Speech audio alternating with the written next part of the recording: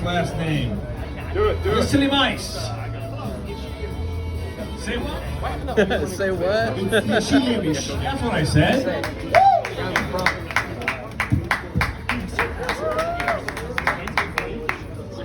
Good evening, Alameda. My name is Engin Yeşilyemiş, and I am your comedy exchange student this evening. I am from Turkey. I will be functioning on a fourth language, so if there are any English scholars among you, forgive me now, because I know I'm close to like Berkeley, so I can feel the academia hating on my English. It's not good enough. It is pretty good, actually. I moved to this country in 2004, and now I own my home and my own business, and I have a family, 2 daughters. So, broken English all the way.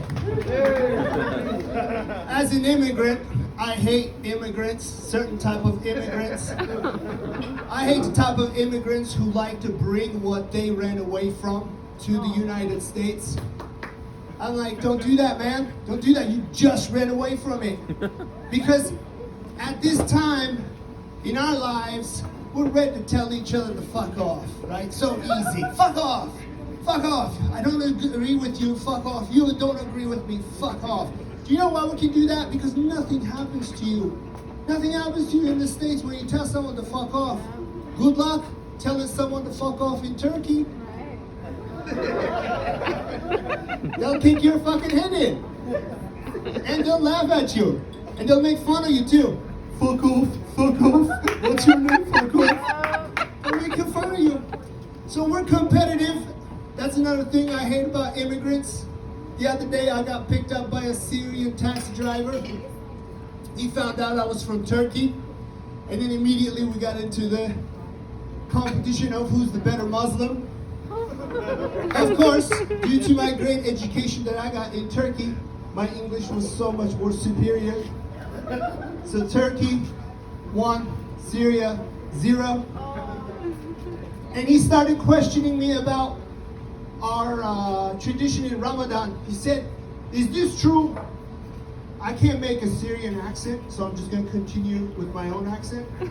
He goes, is this true that you guys use alcohol during Ramadan? I said, yeah. I mean, I grew up with my dad doing it, so I figured, you know, what's up? He goes, what kind of a Muslim does that? I said, well, this guy does. This guy. This guy. Yeah, and then that argument, who's the better Muslim, argument ended when he dropped me off in front of the Hustler Strip Club on Broadway. I don't know what he made out of it. I gave him 5 stars. Who knows? Who knows? Attitude is determined the way we're presented by things. You know, if it's presented well to us, our attitude is going to be good about it. If it's presented shitty to us, our attitude is most likely to be shitty about it. In America, I love watching people get bummed about things that I don't get bummed about, but we actually went through the similar circumstances. We share a lot. I used to volunteer for this cause and as bike mechanics, and it's a group of 4 mechanics. You get a 5th person as a volunteer. And that year, this little lady, 100 pounds, beautiful, in her Doc Martens and Hitler Youth haircut, obviously a lesbian, said, Engin, you guys are gonna have Jake this year. I said, who's Jake? Tell me more about Jake. Well, Jake is 36 years old, and he's gay. I said, all right, par for the course. So come on in. And my job is to teach him how to change flats. And for the next week, he's just going to be our flat changer guy. And obviously, the more time you spend on the boat, better kayaker you become. At the end of 1 week, he becomes the best tire changer. This entire time we're working together for a week, almost 9 days, Jake is stopping people and going, hey man, what do you think about circumcision? Okay, let's see what happens. He goes around asking people what they think about circumcision, and he tells his story how when he was a baby, his parents had him circumcised like right after birth, and he believes that all the sexual pleasures have been stolen from him, and his parents did him wrong. At the end of the 9-day, volunteering, sleepless, it was my turn to answer that question. Engin,